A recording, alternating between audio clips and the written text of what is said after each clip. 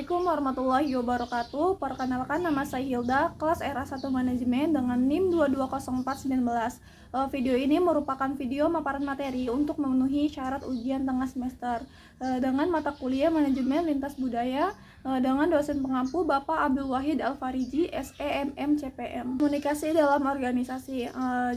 Selanjutnya ada pengertian komunikasi dalam organisasi. Komunikasi dalam organisasi adalah proses pertukaran informasi dan pemahaman antara anggota organisasi untuk mencapai tujuan bersama. Selanjutnya ada faktor-faktor yang mempengaruhi komunikasi. Yang pertama, kondisi lingkungan. Jadi faktor fisik dan sosial di tempat kerja seperti kebisingan, tata letak, dan budaya organisasi.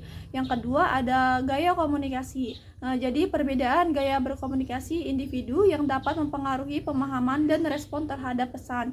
Yang ketiga, ada status dan kekuasaan. Jadi hierarki, kekuasaan, dan status seseorang dalam organisasi yang mempengaruhi dinamika komunikasi. Selanjutnya ada bentuk komunikasi di dalam organisasi. Yang pertama, komunikasi vertikal, yaitu komunikasi dari atasan ke bawahan dan sebaliknya. Yang kedua, komunikasi horizontal, yaitu pertukaran informasi di antara rekan kerja sebidang. Yang ketiga, ada komunikasi diagonal, yaitu hubungan antara unit atau departemen yang tidak sejajar. Selanjutnya ada peran teknologi dalam komunikasi organisasi.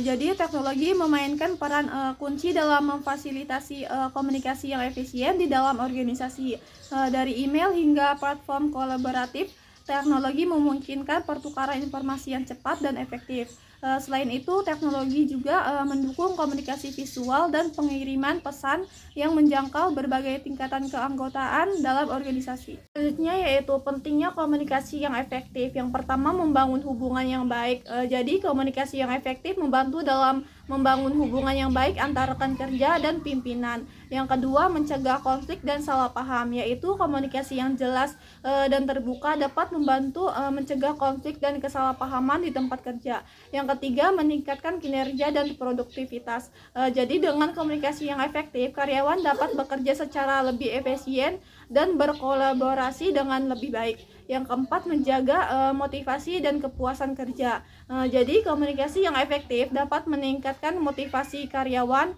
dan memastikan kepuasan kerja yang tinggi. Selanjutnya yaitu strategi meningkatkan komunikasi dalam organisasi. Yang pertama, peningkatan keterbukaan. Jadi pendorong budaya keterbukaan untuk memperkuat komunikasi internal dan eksternal.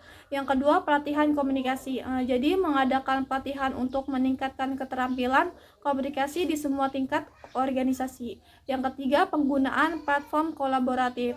Jadi mengintegrasikan teknologi komunikasi modern untuk memfasilitasi kolaborasi dan pertukaran informasi. Selanjutnya yaitu pengaruh budaya organisasi terhadap komunikasi. Yang pertama, kepemimpinan. Jadi peran pemimpin sangat mempengaruhi cara komunikasi terjalin di dalam organisasi.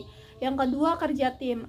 Jadi budaya kerja tim itu yang positif dapat mendukung komunikasi yang efektif di organisasi. Yang ketiga, kepercayaan. Jadi kepercayaan itu antar anggota organisasi mempengaruhi tingkat transparansi dan keterbukaan. Yang keempat, keragaman. Jadi budaya yang mempromosikan keragaman berkontribusi pada kemampuan organisasi dalam berkomunikasi secara inklusif. Selanjutnya ada keterbukaan dan transparansi dalam komunikasi organisasi. Jadi keterbukaan dalam komunikasi organisasi menciptakan kepercayaan dan keterlibatan yang kuat di antara karyawan. Jadi transparansi memastikan informasi yang jelas dan tidak disembunyikan membawa keadilan dan kesetaraan. Selanjutnya ada tantangan dalam menciptakan komunikasi yang efektif. Yang pertama, perbedaan bahasa dan budaya. Jadi kesulitan dalam memahami dan diinterpretasikan dengan benar. Yang kedua, ada keterbatasan teknologi. Jadi kendala dalam menyampaikan pesan secara efisien dan tepat waktu.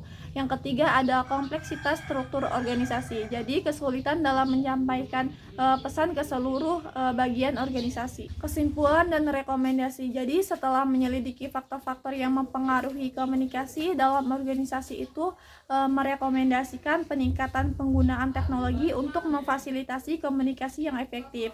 Selain itu juga keterbukaan dan transparansi harus diutamakan untuk memperkuat komunikasi di dalam organisasi. Dalam kesimpulan itu, penting bagi organisasi untuk memahami peran budaya organisasi dalam komunikasi dan mengatasi tantangan yang mungkin muncul.